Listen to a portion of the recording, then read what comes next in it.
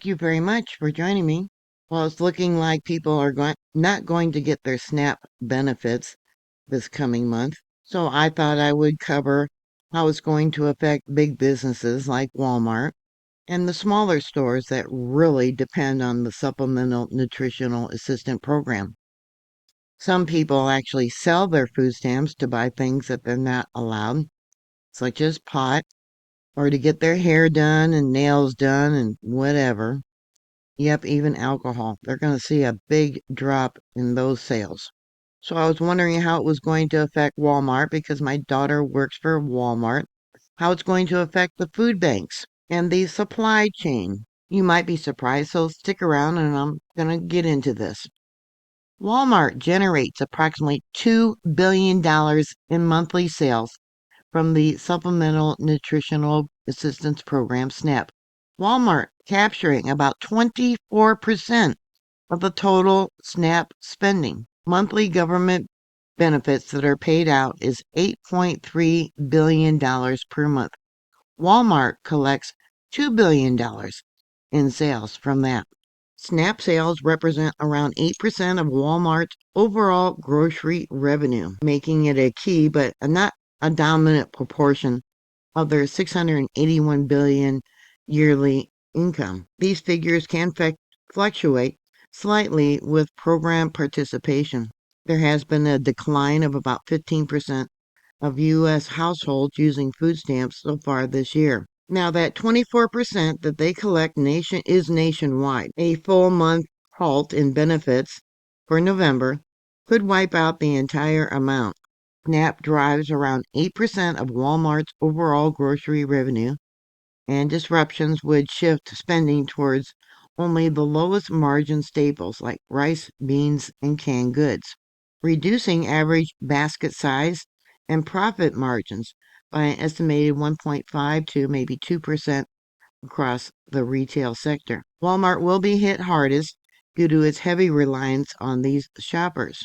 November benefits are typically loaded onto their cards around the 1st to the 10th of every month, and the store's ordering is aligned with this peak grocery cycle. Walmart plans staffing and perishable stock, such as dairy and produce, around these SNAP cycles.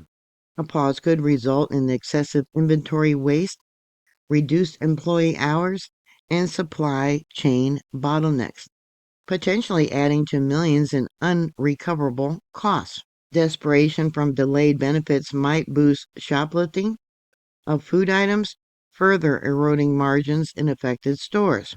Once payments resume, likely in arrears, Walmart could see a temporary sale boost as recipients spend, in lump sums.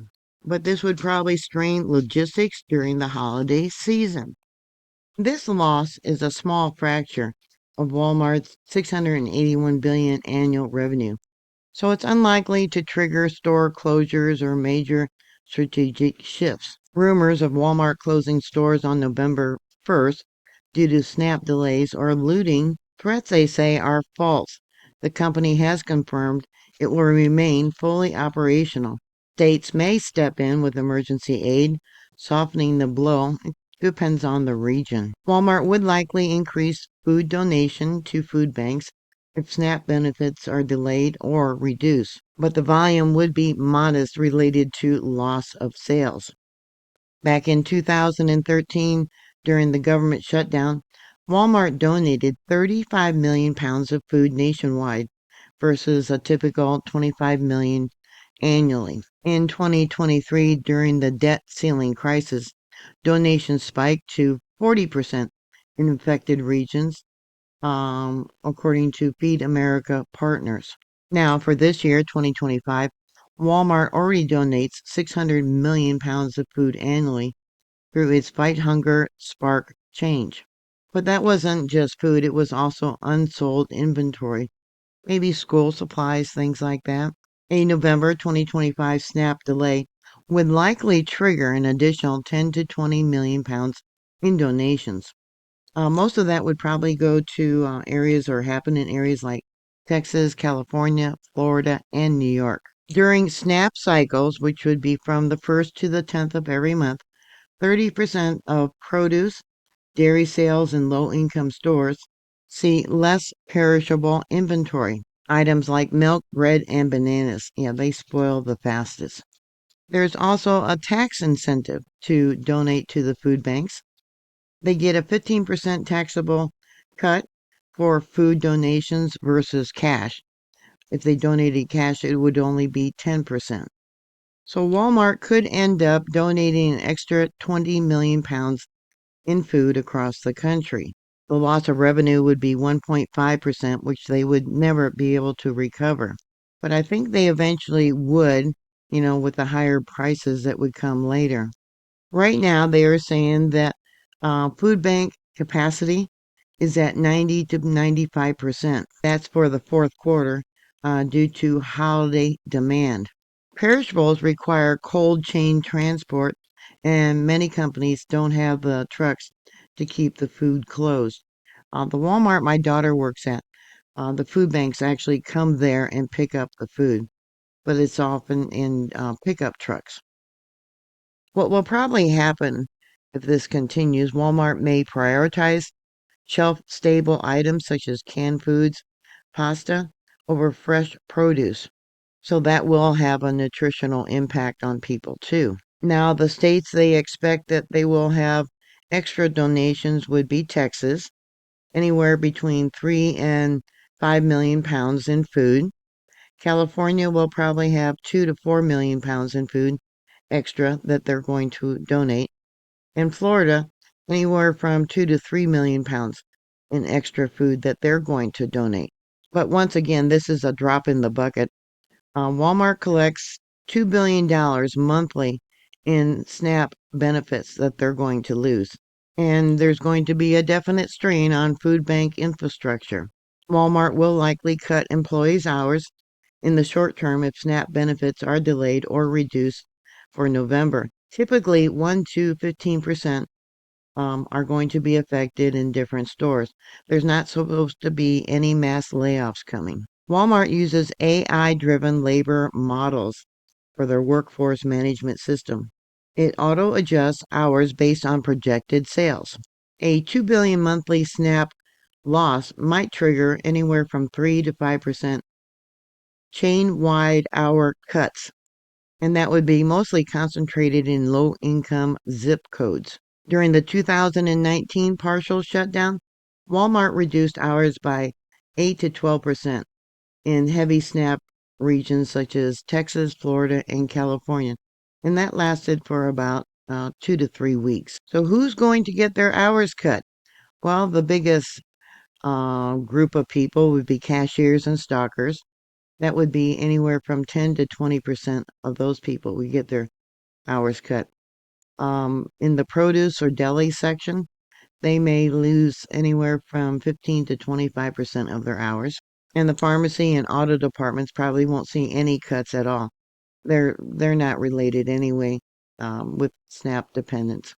And of course, the managers, they're on a flat salary. So they're both supposed to vote again today about this bill. And if and when it does pass, let's say like mid-November, people will get paid what's owed them in arrears. The employees will have hour surges, often maybe 10 to 15%, that would last 1 to 2 weeks. Employees may be offered overtime or bonus shifts to handle the rush of people going to, get their food. Right now, Walmart has a hiring freeze, at least at the store that my daughter works at. They do have a turnover rate nationally of 70% annually. Yeah, 70% of the people end up quitting or pointing out. So more than likely, there's not going to be any mass firings. According to Walmart's CFO, John David Rainey, he says, we flex labor with demand. SNAP delays hurt sales, but we don't close stores or lay off associates. So about Walmart cutting their employees or associates, as they call them, hours, they may lose anywhere from 5 to 15% of their hours during the time of this closure, the post-shutdown, and that could it last anywhere from 1 to 3 weeks. The employees will have their hours put back to normal after payments resume. So once again, yeah, Walmart's going to lose about $2 billion a month if SNAP stops. And yeah, they're not going to recover that unless they raise their prices. Associates will have their hours cut. Donations to food banks will increase, and it's going to affect the supply chain.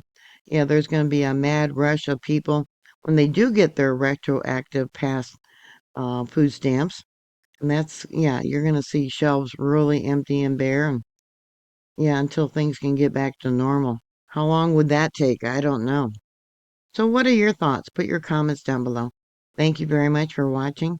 Please like, share, and subscribe, and I'll talk to you later. God bless you.